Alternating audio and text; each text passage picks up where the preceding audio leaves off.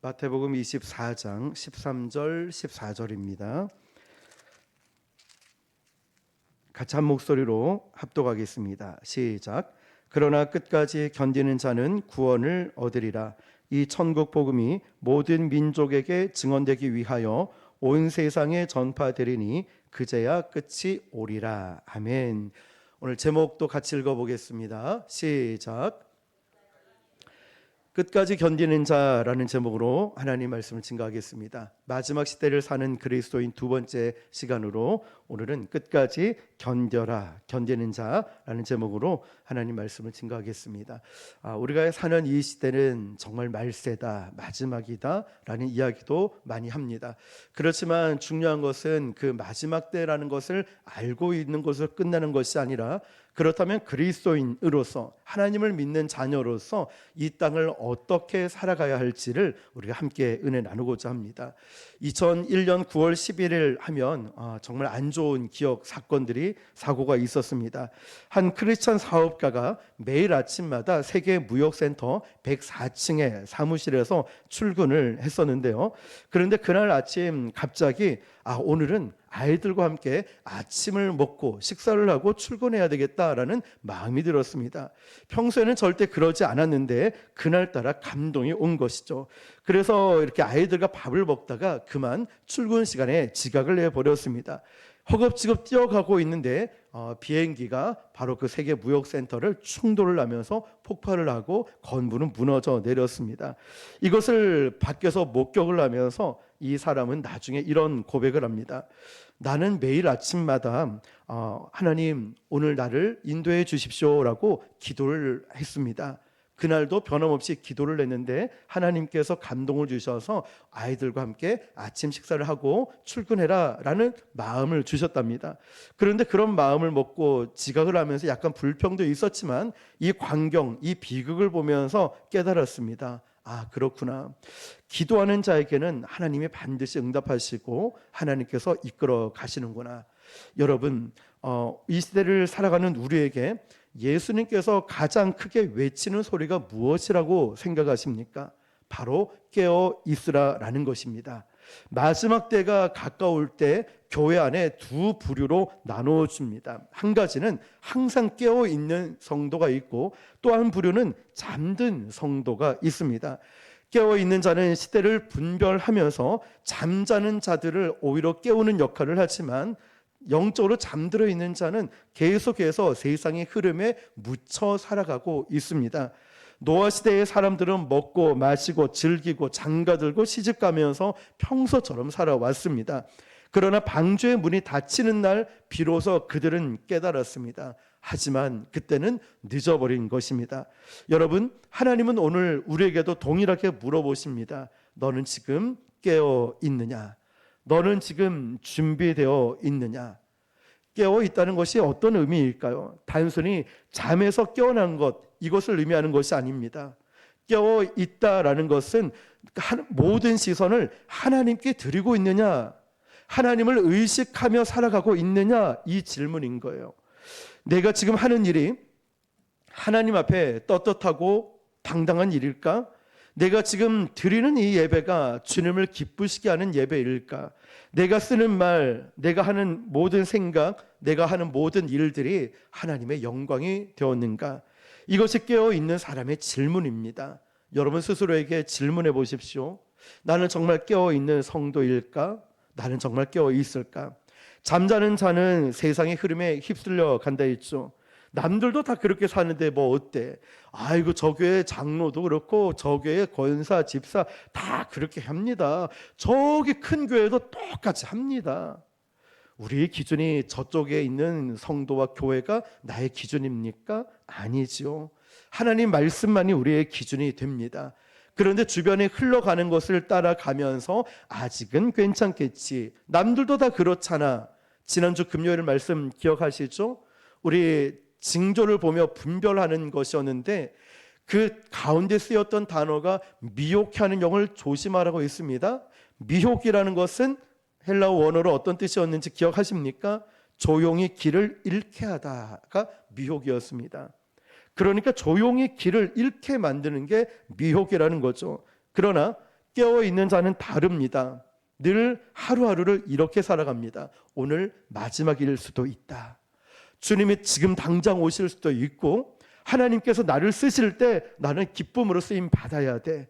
오늘이 마지막일 수 있다라는 이 마음으로 살아갑니다. 근데 여러분, 이것이 두려움이 아니라 오히려 하나님 안에서 평안함과 담대함이 넘쳐납니다. 노아 시대 때처럼 먹고 즐기고 마시고 장가들고 시집 가는데 정신 팔린 이 세상에서 오늘 주님이 우리 영혼을 흔들어 깨우시는 거예요. 흔들어 깨우는 거예요. 야, 너 잠에서 깨어날 때가 됐다.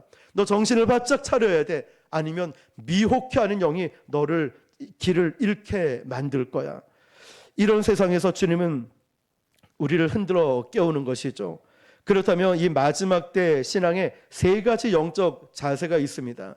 그 첫 번째가 지난주 금요일에 나누었던 분별하라 부분인데요. 예수님께서는 마태복음 24장에서 우리가 마지막 때가 다가왔을 때 신앙인으로서 어떻게 살아갈지를 강조하셨습니다. 그 첫 번째가 지난주에 나누었던 말씀으로 분별하는 것입니다. 마지막 때 사탄이 사용하는 가장 큰 무기가 뭘까요? 핍박일까요? 많은 사람들이 고난이라고 생각을 하고 핍박이라고 생각합니다. 그러나 사탄은요, 그렇게 무시무시한 도깨비로 귀신으로 나타나는 것이 아니라 바로 진리를 가장한 거짓으로 우리를 속입니다. 분열시킵니다. 미혹한다. 다시 한번 기억하십시오. 교묘하게 방향을 살짝 바꿔놓는다는 거예요. 사탄은 대놓고 우리를 대적하기보다 살짝 방향을 틀어놓으면서 그럴 수도 있지, 굳이 열심히 할 필요 없어 라고 이야기하지만 우리 배에서도 1도 방향만 틀어줘도 별 차이가 없어 보이지만 시간이 흘러보면 완전히 다른 방향으로 도착하는 것을 봅니다. 오늘날 많은 신앙인들이 바로 이런 미혹에 당하고 있습니다. 1도만 틀어줘도 빙산에 부딪힐 수 있고 1도만 틀어도 다른 방향으로 배가 도착할 수 있듯이 우리의 방향, 올곧은 올바른 방향으로 가는데 사탄은 저와 여러분의 기도에, 전도, 선교, 구제, 예배 드리는 이 모든 신앙에 1도만 살짝 틀어놓다 보니 어느 순간 내가 기도의 자리에 없어요. 어느 순간 내가 예배를 드리지 않아요. 어느 순간 사랑이 식어버립니다. 여러분, 사탄은요, 많은 사람들에게 이런 식으로 미혹을 합니다. 말씀보다 감정의 혈기에 치우치게 하고 하나님 말씀 진리보다 편안하게 예수 믿으면 되지 온라인 예배로 모이지 않게 만듭니다.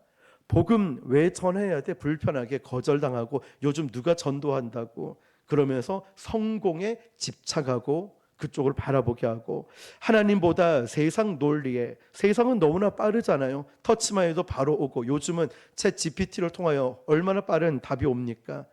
그리고 배달 어플 통하여서 음식도 얼마나 빨리 받아봅니까? 그러나 기도응답은 더디 되는 것 같으니 기도하지 않고 대체 방법으로 자꾸만 세상으로 나가게 되는 거죠. 예수님은 이렇게 말씀하십니다. 마지막 때의 첫 번째 징조는 전쟁이나 재난이 아니라 미혹이라는 거예요. 기억하십시오. 징조는 두려움이 아니라 이 징조를 보면서 어떻게 주님이 말씀하시냐면 준비하라는 거예요. 말세다, 종말이다, 끝났다, 이 징조를 보고 두려워 떠는 것이 아니라 준비하라는 것입니다. 하나님은 아무 경고 없이 심판하지 않으셨습니다. 노아 때도 방주를 짓게 하셨죠. 롯에게도 천사를 보내셨죠. 하나님의 징조를 통해 사랑의 경고장을 우리에게 주시는 거예요. 정신 차리라고. 너 기도 이런 식으로 해도 되겠니? 너 말씀 안 봐서 되겠니? 복음 안 전해서 되겠니? 이 시대에 어떻게 살아가려고 그러니? 징조를 보십니다. 경고장을 주시는 거죠. 문제는 징조가 아니라 우리의 무관심인 거예요. 우리의 너무 편안함, 말씀드렸듯이 자꾸만 기도하고 말씀 보기보다 대체 방법을 찾아 나섭니다. 여행을 가거나 맛집을 찾아가는 등 세상은 불타오르는데 교회는 잠들어 있고 교회 내부에서 싸움이 일어나고 사탄은 깨어 있는데 성도들은 잠자고 있으니 주님이 얼마나 우리에게 한탄한 말씀하실까요? 예수님은 이렇게 말씀하십니다. 마태복음 24장 7절 8절 보니까 민족이 민족을, 나라가 나라를 대적하여 일어나겠고 곳곳에 기근과 지진이 있으리니 이 모든 것은 재난의 시작이라. 여러분, 재난을 헬라어로 보면 오딘이라는 단어를 쓰는데 해산의 고통을 의미한다고 말씀드렸었죠. 세상의 고통은 파멸의 신호가 아니라 하나님 나라가 가까이 왔다, 하나님의 임재가 가까이 왔다는 뜻입니다. 그러므로 두려워하지 말고 준비하고 깨어 있으라는 것입니다. 그러므로 오직 우리는 말씀으로 모든 것을 분별해야 됩니다. 이제는 성경을 읽을 때 여러분, 나 몇 장 읽었다 라고 만족해하지 말고 어떻게 해야 될까요? 말씀을 살아내야 되는 줄 믿습니다. 읽고 끝내는 것이 아니라 말씀의 한 소절이라도 내가 살아내야 능력이 나타납니다. 성경이 내 안에서 흔들리지 않는 기준이 되려면 내 기준은 세상이 되는 것이 아니라 하나님 말씀이 나의 기준이 되어야 우리가 흔들리거나 넘어지지 않는다는 것입니다. 그래서 우리는 이렇게 기도해야 됩니다. 주님, 제 안의 모든 기준이 하나님 말씀이 되게 해 주십시오. 여러분, 우리가 무너지고 넘어지는 그 원인이 뭘까요? 나의 명확한 기준이 없기 때문에 그래요. 하나님 말씀이 기준이 되면 그 어떠한 비슷한 것이 와도요, 흔들리지 않습니다. 기초가 튼튼하니까 비슷한 것 와도 넘어지지 않는다는 거예요. 그런데 애매하게 성경을 알고 뭔가 어중간하게 양다리에 걸친 신앙이 있으니 조금만 시험이 오니까 흔들려요. 시험 들어버리고 좌절하고 넘어집니다. 왜 그럴까요? 기준이 없으니까. 여러분, 나의 기준이 뭘까요? 성경이 정말 기준이 되어 있습니까? 하나님 말씀이 나의 기준이 되어 있습니까? 아니면 물질이에요?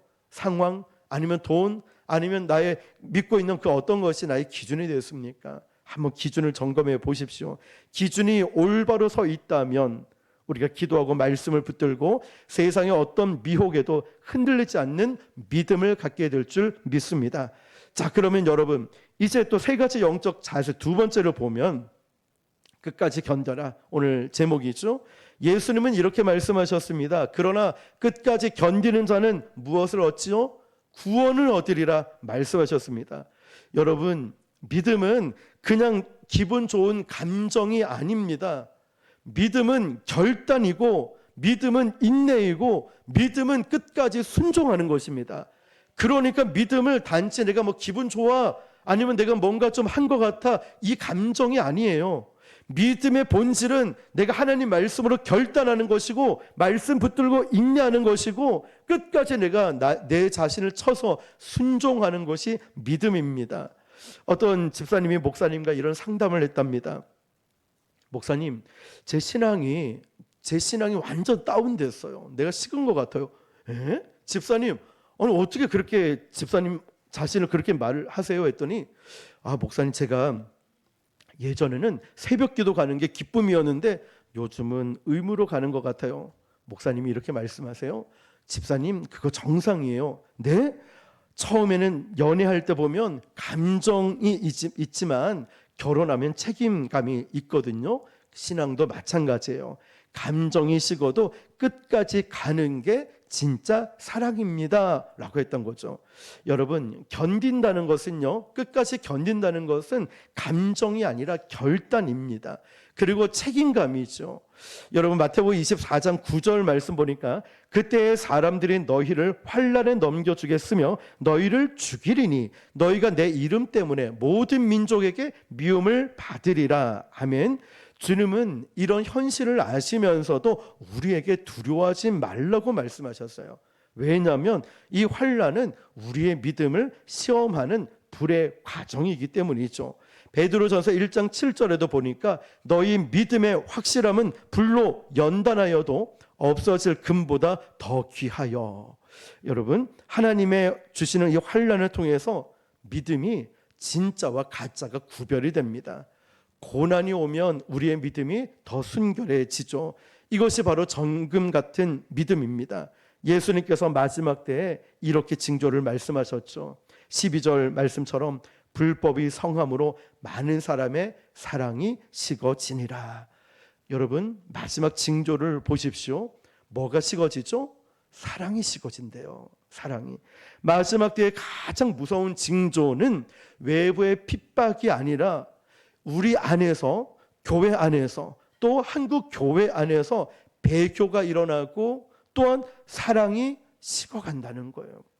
사랑이 식으면 연합, 하나됨이 깨집니다. 그렇죠?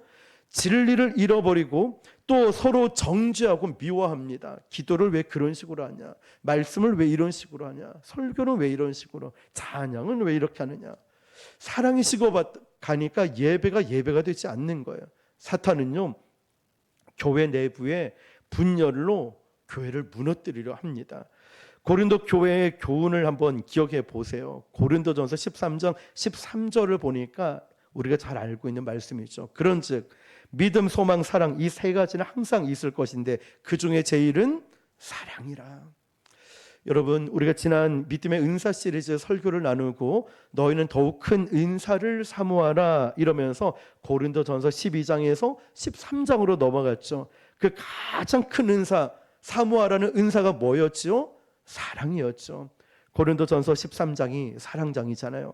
오늘날 교회도 마찬가지입니다. 지식은 넘치지만 사랑이 부족합니다. 마지막 때를 준비하는 가장 강력한 무기가 뭘까요? 바로 사랑으로 견디는 믿음입니다. 미워하지 않고 실족하지 않고 끝까지 서로 사랑하는 교회가 되는 것이죠. 우리 주님이 찾으시는 교회가 어떤 교회일까요? 바로 사랑으로 하나 되는 교회입니다. 저는 우리 부곡 순복음교회가 그렇게 사랑으로 하나 된 교회인 줄 믿습니다. 그리고 우리는 그렇게 그 사랑을 가지고 구서지역에 복음을 전하잖아요. 따뜻한 사랑을 가지고 누구를 만나더라도 활짝 웃고 내가 만난 주님을 전하지 않습니까? 그런데 여러분, 여기서 끝까지 견디는 자라는 이 단어 헬러어로 보니까 후포메노라는 단어를 쓰더라고요. 후포메노 이 뜻이 뭔가 보았더니 무게 아래 서 있다라는 뜻인 거예요. 그러니까 견디는 자라는 이 원어의 뜻은 무게 아래 서 있다라는 의미입니다. 다시 말하면 무너질 상황만큼 힘들고 어려운 상황이라 할지라도 믿음으로 그 자리를 끝까지 지키고 견디는 자라는 것이죠. 그 무게를 피하지 않는다는 거예요. 그리고 그 밑에 힘들고 어렵지만 당당히 자리를 지키고 있다는 게 후페메노라는 뜻이에요. 견디는 자. 그러니까 여러분, 여기에는 후페메노라는 원어의 뜻에는 도망치지 않는 용기가 포함되어 있어요. 힘들다고 어렵다고 또 시험이 온다고 눈물이 난다고 배신감이 있다고 그것 때문에 도망가지 않는 게 후페메노, 끝까지 견디는 자였습니다. 여러분은 끝까지 견딜 수 있을까요? 후페메노, 여러분이 정말 숨을 못 쉴 정도로 나를 짓누르고 있는 고난과 고통이 왔을 때 여러분 정말 견딜 수 있을까요? 그 고난 가운데 견디는 자, 끝까지 주님을 붙들고 견디는 자. 제가 말씀을 준비하면서 요 근래 가장 힘들었던 부분 중 하나가 그 부분이라고 제가 몇 번을 말씀드렸죠. 전도하다가 전도용품으로 얼굴에 뺨을 맞고 나서 제가 너무 충격을 받고 골목에 가서 마음을 다스리는데 눈물이 났다고. 정말 제가 목사라고 말을 했는데도 이걸 물티슈 얼굴을 던져가지고 이제 맞았다 했잖아요. 그런데 오늘 이 말씀 보면서 내가 견디었구나. 물론 싸우면 제가 이길 수도 있겠죠. 힘도 더 셀 수도 있겠죠. 근데 잘 참았구나. 후페메노. 이거 참고 났더니 저에게는 이게 하나의 흔적처럼 남았어요. 잘 견뎠구나. 여러분은 어떻습니까? 견디는 자, 끝까지 후페메노. 여러분은 무게를 짓누르고 있는 고난 가운데 견딜 수 있을까라는 질문이죠. 끝까지 견디는 자, 그가 무엇을 얻는다 했죠? 구원을 얻으리라 약속하셨습니다. 어떤 한 권사님이요 20년간 불신자 남편을 위해서 간절히 기도했답니다. 그랬더니 친구 권사님이 와서 한 번씩 이렇게 물어본대요. 아직도 남편이 안 믿어? 아유, 그냥 포기해. 그렇지만 이 권사님은 아직 안 믿지만 난 그래서 더 기도할 거야. 친구 권사님이 물어봐요. 아이고, 도대체 이거 언제까지 기도할 거냐고. 이제 그만 기도해. 그러니까 권사님이 아주 일사각오로 이렇게 친구 권사님에게 얘기를 합니다. 둘 중 한 사람이 난 천국 갈 때까지 나는 기도할 거라고. 그러니까 죽기까지는 기도할 거라고 이렇게 기도를 했는데 나중에 보니까 결국 남편이 19년째 교회 나왔고 나중에 장로까지 되었다고 합니다. 포기하지 않는 기도가 기적을 만들었다는 것이죠. 여러분, 후페메노라는 원어 뜻을 견디는 자를 꼭 기억해 보십시오. 예수님은 이렇게 경고하셨죠. 10절 보니까 그때 많은 사람이 실족하게 되어 서로 잡아주고 서로 미워하겠으며, 마지막 때 징조가 이렇답니다. 많은 사람이 실족을 하고 또 서로 잡아주고 서로 미워한다는 거죠.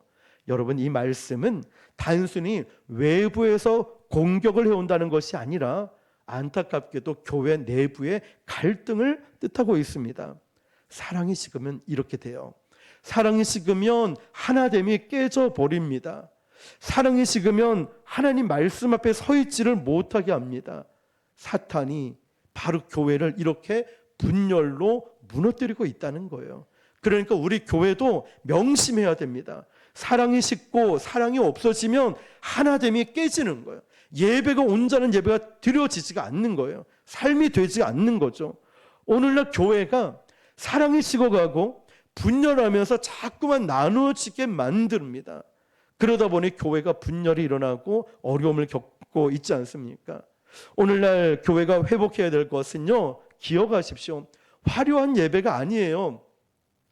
교회가 회복해야 될 건 음향, 방송 아니면 화려한 시설도 아니고 어떤 이벤트나 프로그램도 아닙니다. 오늘날 교회가 정말 회복되어야 될 것은 뜨거운 사랑으로 하나됨이 필요한 줄 믿습니다. 저와 여러분처럼, 우리 교회처럼 이렇게 뜨거운 사랑으로 하나 되어야 되는 줄 믿습니다. 마지막 때 가장 유명하고 또 인정받는 교회는 큰 교회가 아니에요. 숫자 많은 교회가 아니라 사랑으로 연합된 교회인 줄 믿습니다. 저는 우리 교회가 하나님 앞에 아주 유명한 교회인 줄 믿습니다. 저는 저와 여러분도 하나님께서 그런 기뻐하는 자로 쓰실 줄 믿습니다. 자, 그러면 여러분, 이제 우리가 봐야 될 주제는 이겁니다. 이제 마지막 때의 징조를 알았어요. 미혹해한다, 사랑이 식어간다. 그렇지만 끝까지 견뎌야 한다. 후페메노. 그런데 여러분, 질문이 이거 아닙니까? 아니, 어떻게 이걸 견딜 수 있냐, 이 질문이죠. 제가 말씀을 준비하면서 저에게 또한 이 질문을 해보았습니다. 어떻게 견딜 수 있을까? 답은 한 가지였어요. 그 중에 하나가 내 의지는 절대로 할 수 없다는 결론이었습니다. 제가 아무리 노력을 해도 이건 견딜 수가 없더라고요. 왜냐하면 어떤 작은 시험 하나, 작은 말투 하나에 제 마음이 확 무너질 때가 있거든요. 그렇다면 어떻게 끝까지 견딜 수 있을까? 이 힘은요, 오직 성령께서 우리에게 부어주시는 은혜임을 믿으시길 바랍니다. 히브리서 12장 2절 보니까 그 영원한 비결을 이렇게 가르쳐 주십니다. 믿음의 주요 온전케 하신 예수를 바라보자. 할렐루야. 그러므로 우리가 정말 이 마지막 때를 살아가면서 끝까지 붙들고 끝까지 이겨낼 수 있는, 버틸 수 있는 힘은 예수님을 바라보는 것인 줄 믿습니다. 세상에 유혹이 있죠. 눈앞에 고통도 있습니다. 그러나 이 모든 시선을 오직 예수님께만 집중하는 것입니다. 우리가 예수님을 바라볼 때 우리 안에 이런 기적들이 일어납니다. 세 가지 기적이 일어나겠죠. 인도의 선교의 아버지라고 불렸던 윌리엄 캐리라는 선교사님이요, 인도에서 40년 동안 선교를 했습니다. 처음에 7년 동안 단 한 명도 개종시키지 못했답니다. 결국 선교사님의 아내는 정신병에 걸리고 아들까지 죽게 되었답니다.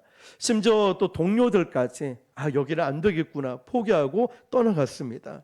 그런데 이 윌리엄 캐리라고 하는 인도 선교의 아버지라고 불리는 분에게 나중에는 많은 전도를 했죠. 물어봤답니다. 당신의 성공 비결은 무엇입니까? 라고 했을 때 이 선교사님은 이렇게 답합니다. 나는 천재가 아닙니다.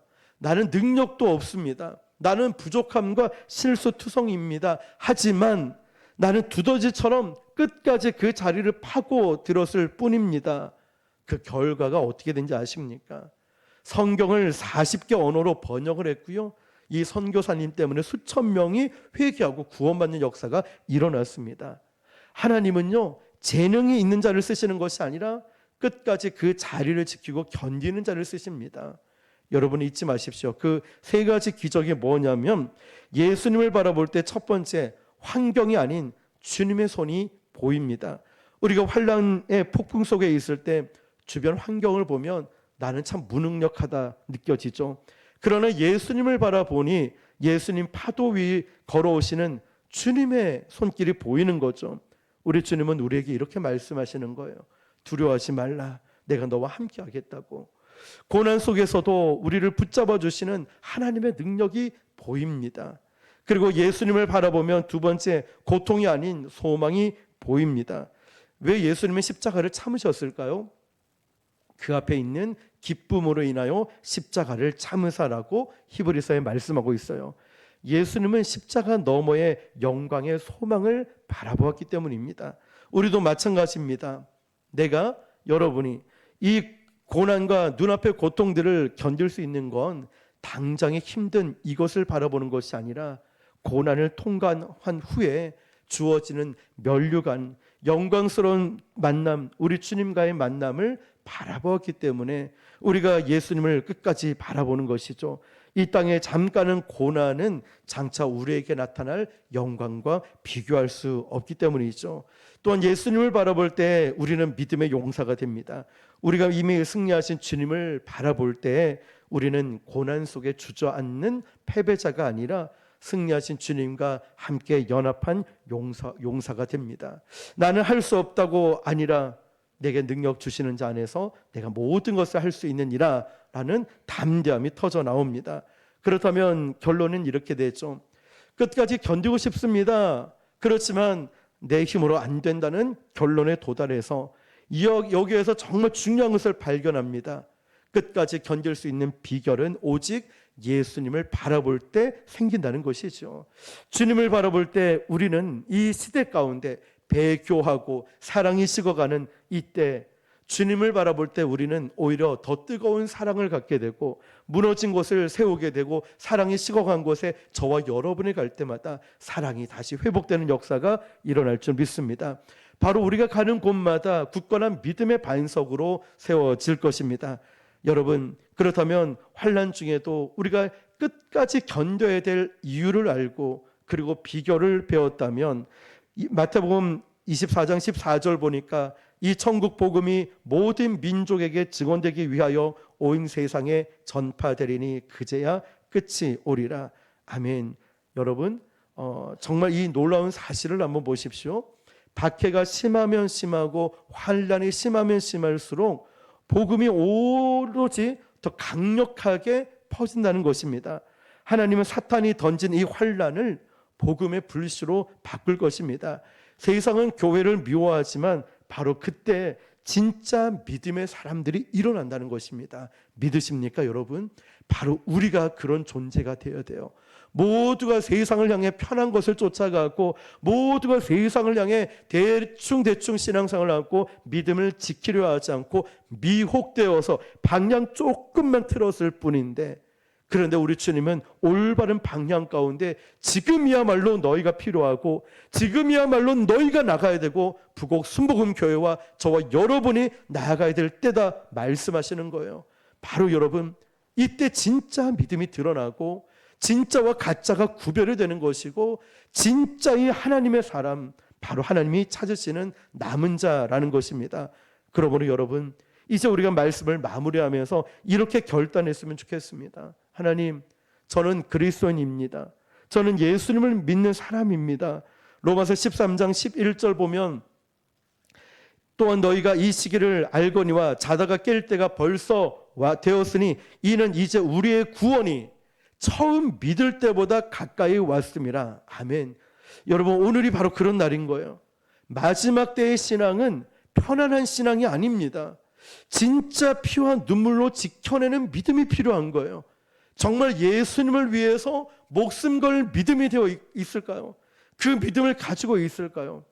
예수님을 위해서 여러분 헌신하고 예수님을 위해서 가장 귀한 것을 드릴 믿음이 있을까요? 예수님을 위해서 핍박을 받고 예수님을 위해서 억울한 누명을 쓰거나 그런 아픔을 견뎌낼 힘이, 믿음이 있을까요? 여러분, 우리가 끝까지 견뎌서 그 자리를 지키다 보면 세상의 조롱을 소리도 들을 수 있겠죠. 세상의 비난 소리도 들을 수 있을 거예요. 하지만 우리는 그곳에서 이렇게 외칠 수 있어야 돼요. 나는 예수님을 믿는 사람입니다. 하나님은 살아 계십니다 라고 담대하게 외칠 수 있어야 됩니다. 그리고 주님은 그날 우리에게 미소 지으며 이렇게 말씀하시겠죠. 잘하였도다 착하고 충성된 종아, 내 주인의 즐거움에 참여할지어다. 여러분, 믿음은요, 신앙은 처음도 중요하지만 끝이 중요합니다. 그래서 처음 된 자가 나중되고 나중된 자가 처음 된다 했잖아요. 이 신앙이라는 게 첫 출발도 너무너무 중요한데요, 중간에 낙오자들이 너무 많고요. 그렇게 뜨거운 열정으로 시작했다가 영적으로 시작했다가 육으로 끝난 자가 얼마나 많습니까? 정말 이 신앙은요, 어떤 의미에서는 끝이 중요한 것 같아요. 마지막이 중요한 것 같아요. 1968년도에 멕시코 올림픽 경기에서요, 마라톤 경기에서 탄자니아 선수가 나왔는데 존 스티브 아쿠아리라는 선수가 있었어요. 그런데 이 선수가 열심히 이제 경기 뛰다가 넘어져서 무릎을 심각하게 다친 거예요. 모든 선수들이 결승전을 다 통과하고 시상식도 끝나고 이제 불도 다 꺼지고 있었어요. 그런데 1시간이 훌쩍 넘어섰는데 경기장을 이제 다 폐장하려던 찰나에 바로 이 탄자니아 선수가 온몸에 막 피투성이에 쩔뚝쩔뚝 거리면서 들어온 거예요. 그러자 남아있던 기자가 너무 신기한 거죠. 물어보는 거예요. 당신은 왜 포기하지 않았습니까? 물어보니까 이 선수가 이렇게 대답합니다. 내 조국은 나를 5,000마일이나 넘는 이 먼 곳까지 보낸 것은 경기를 시작하라고 보낸 것이 아니라 그냥 경기를 끝까지 완주하라고 보냈습니다. 저는 우리 국민들에게 이것을 보여주고 소망을 알려주기 위해서 저는 제 몸이 부서져라 달려왔습니다 한 거예요. 여러분, 하나님께서 우리를 구원을 주신 것은요, 잘 먹고 잘 살려고만 주신 것이 아니라 우리의 믿음을 끝까지 완주하라는 거예요. 중간에 포기하고 싶고 힘들고 어려운 일도 있어도 포기하지 말라는 거예요. 이 마지막 때는 견뎌내야 됩니다. 내 힘으로 못 견디니까 주님을 바라보라는 거예요. 주님 바라보면서 견뎌내라는 거예요. 아까 그 권사님처럼, 그 선교사님처럼 나는 무지해서 능력도 없고 실력도 없습니다. 그저 그냥 두더지처럼 그냥 파고 견뎌냈더니 40개국의 성경을 출판하고 수천 명이 회심하는 역사가 일어났습니다. 그가 한 것은 견뎠다는 거예요. 견뎌냈다는 거예요. 포기하지 않았다는 거예요. 고난이 오고 억울한 일, 능력 없고 실력 없고 물질 없고 부족한 것 투성이라도 피투성이가 돼도 그 자리를 지키고 있었다는 거예요. 끝까지 사랑하고 끝까지 믿고 끝까지 헌신하는 사람, 주님의 영광을 본다는 것이죠. 여러분, 오늘 이 은혜가 저와 여러분에게 있기를 바랍니다. 끝까지 견디는 자, 끝까지 중간에 포기하지 마십시오. 절대로. 정말 주님 마음을 품고 우리가 이 끝까지 견디어서 마지막 때 분명 승리할 겁니다. 우리는 반드시 승리합니다.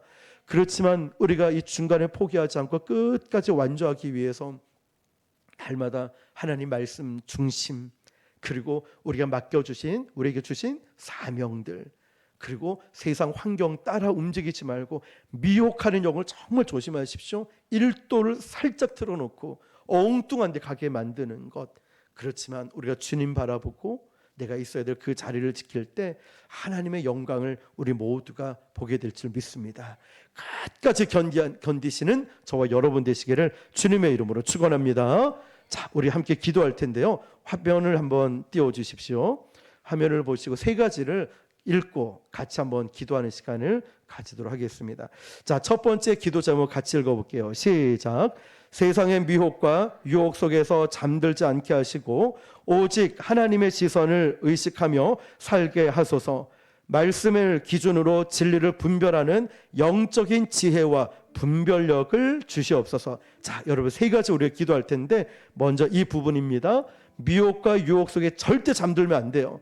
하나님을 의식해야 되고 시선을 둬야 됩니다. 말씀이 기준이 되고 영적 분별력이 있어야 이 마지막 때 우리가 제대로 정말 진짜 믿음을 가지고 살아갈 수 있어요. 우리 첫 번째 기도 제목 가지고 우리 주님을 한번 부르고 기도하겠습니다. 주여